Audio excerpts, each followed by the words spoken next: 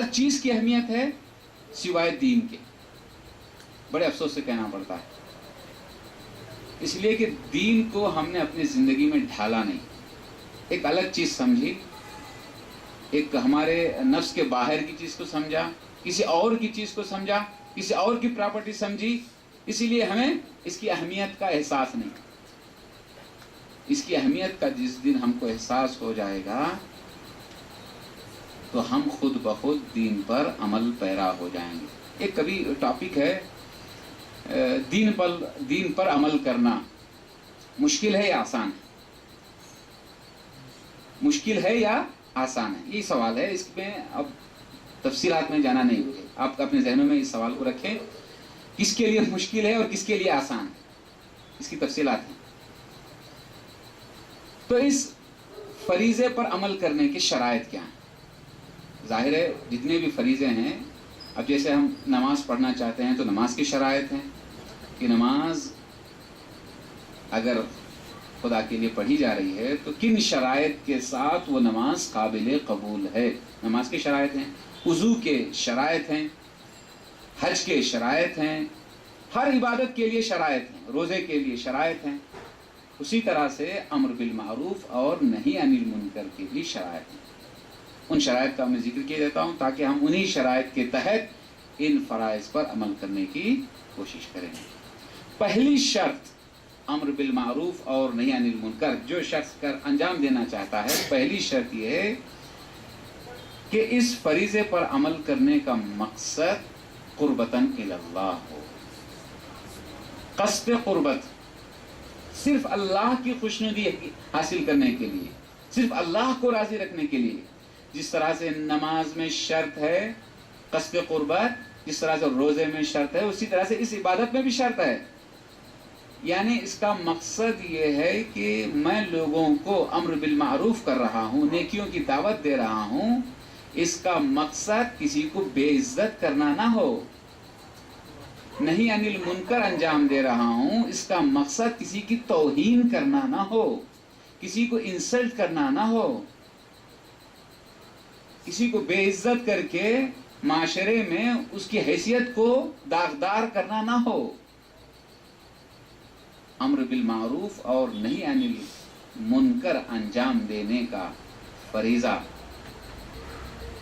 پہلی شرط یہ ہے کہ قصد قربت ہو، صرف اللہ کی رضا کے لیے، اللہ کی خوشنودی کے لیے، کہ اللہ اس کام سے راضی ہو جائے، یہ مقصد ہو. کبھی کبھی ایسے ہوتا ہے معاشرے میں کہ حساس موقعوں پر ہم کسی کو نہی عن المنکر کرتے ہیں، غلط کام سے روکتے ہیں، بے عزتی کرنے کے لیے، کسی کی توہین کرنے کے لیے، اور لوگوں کو بتانے کے لیے دیکھو یہ گناہ کر رہا ہے. یعنی اس کے گناہ کو آشکار کرنا مقصد تھا، اس کے گناہ کو عام کرنا مقصد تھا، مقصد نہی عن المنکر نہیں تھا. یا کسی کو نیکی کی طرف دعوت دیتے ہیں تو مقصد نیکی کی طرف دعوت دینا نہیں تھا، یہ بتانا تھا کہ میں نیک کام کرنے والا ہوں، میں نیک انسان ہوں، میں مومن ہوں. یہ مقصد خدا نخواستہ نہ ہو، صرف قصد قربت کے لیے ہو، صرف اللہ کے لیے ہو. دوسری شرط یہ ہے کہ جو شخص اس فریضے پر عمل کرنا چاہتا ہے وہ پہلے خود یہ جانتا ہو کہ معروف کیا ہے اور منکر کیا ہے. معروف کسے کہتے ہیں، منکر کسے کہتے ہیں، کون سی چیز معروف ہے، کون سی چیز منکر ہے، کون سی چیز نیک ہے، کون سی چیز حرام ہے. خود نہیں جانتا، مجھے نہیں معلوم کیا اچھا ہے کیا برا ہے، تو میں کیا دوسروں کو اچھائی کی طرف دعوت دے سکتا ہوں. خود جاہل ہے، اسے خود نہیں معلوم کہ نیکی کسے کہتے ہیں اور برائی کسے کہتے ہیں، تو وہ کیا انسان دعوت دے گا. اس لیے اس کو کم از کم اتنا تو علم ہونی چاہیے کہ معروف کسے کہتے ہیں اور منکر کسے کہتے ہیں، نیکیاں کسے کہتے ہیں، واجبات کیا ہیں، مستحبات کیا ہیں، جس کی طرف وہ لوگوں کو دعوت دے رہا ہے اس کا علم رکھتا ہو. اور اسی طرح سے منکر کے سلسلے میں جانتا ہو کہ کون کون سی چیزیں شریعت میں حرام ہیں، گناہ ہیں. تیسری شرط، میں امر بالمعروف کر رہا ہوں یا دوسروں کو برائی سے روک رہا ہوں، اس میں جو شخص انجام دے رہا ہے میری بات پر کا اثر ہونے کا اندیشہ ہو کہ اگر میں امر بالمعروف کروں تو میری بات اثر کرے گی، انہیں امید رکھتا ہو کہ میری بات کا فائدہ ہوگا، میری بات اثر کرے گی، میری بات سے لوگ کچھ نہ کچھ جو ہے وہ نیکیوں کی طرف آئیں گے، برائیوں کو چھوڑیں گے، انہیں جو میں حکم دے رہا ہوں، لوگوں کو دعوت دے رہا ہوں، اس دعوت کا فائدہ ہو۔ ایسا ماحول ہوتا ہے کہیں کہیں پر جو ہے وہ ہرگز سننا برداشت نہیں کرتے، آپ کی نصیحت کو سننا برداشت نہیں کرتے، آپ کی دعوت کو سننا برداشت نہیں کرتے، اور آپ پوری طرح سے یقین سے کہہ سکتے ہیں کہ میری بات کا کوئی فائدہ نہیں ہوگا۔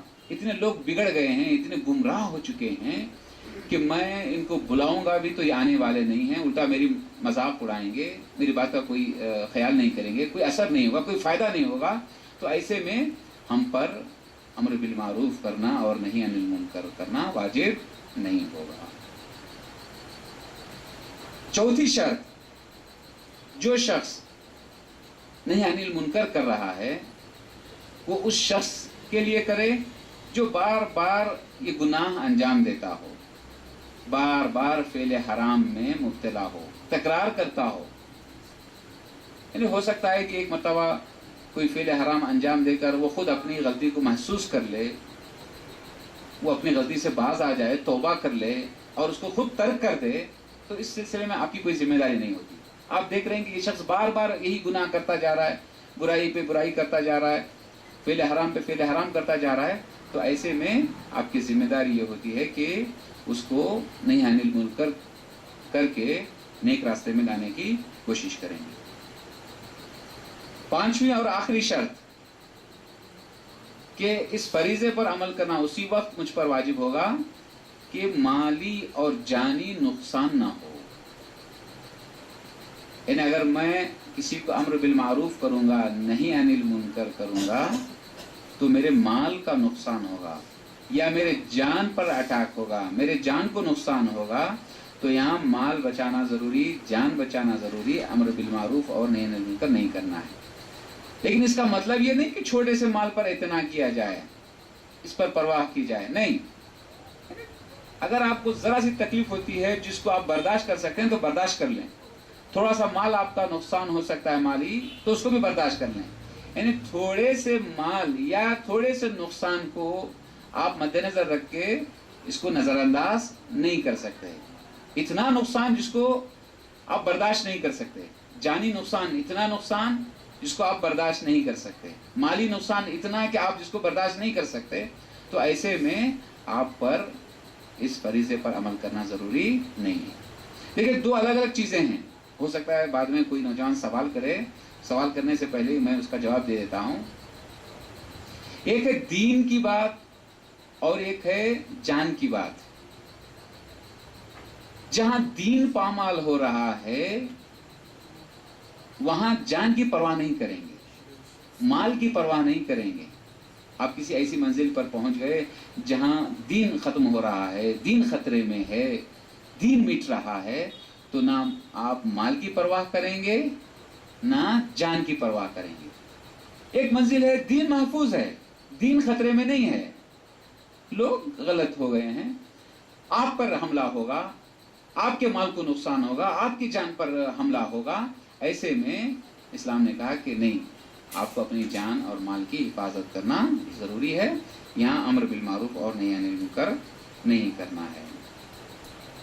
یعنی اس کا مطلب ہے کہ معمولی نقصان کو آپ جو ہے برداشت کر لیں، امر بالمعروف اور نہی عن المنکر کریں، ذرا ذرا سے چیز پہ اس کو ترک نہیں کرنا ہے۔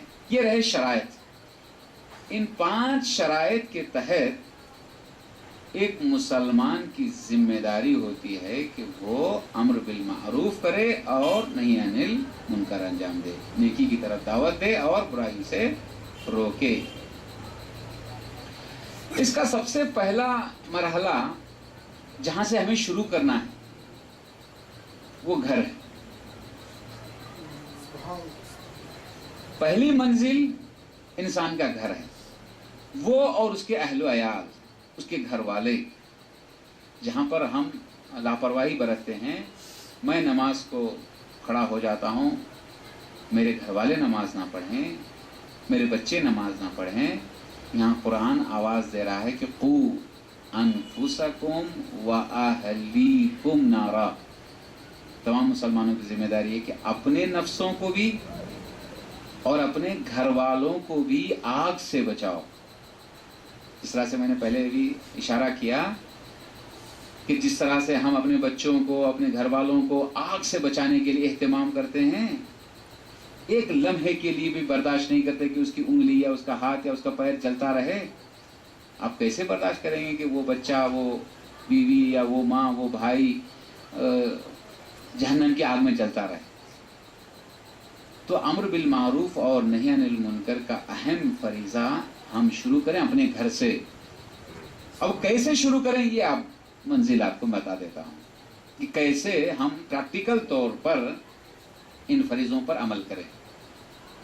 خداوند عالم نے جہاں پر ان فریضوں کو انجام دینے کا حکم دیا ہے، اس نے طریقہ بھی بتایا ہے، اس نے سسٹم بھی بتایا ہے، مراحل اور سٹیپ بائی سٹیپ کس طرح سے ہم ان فریضوں پر عمل کر سکتے ہیں.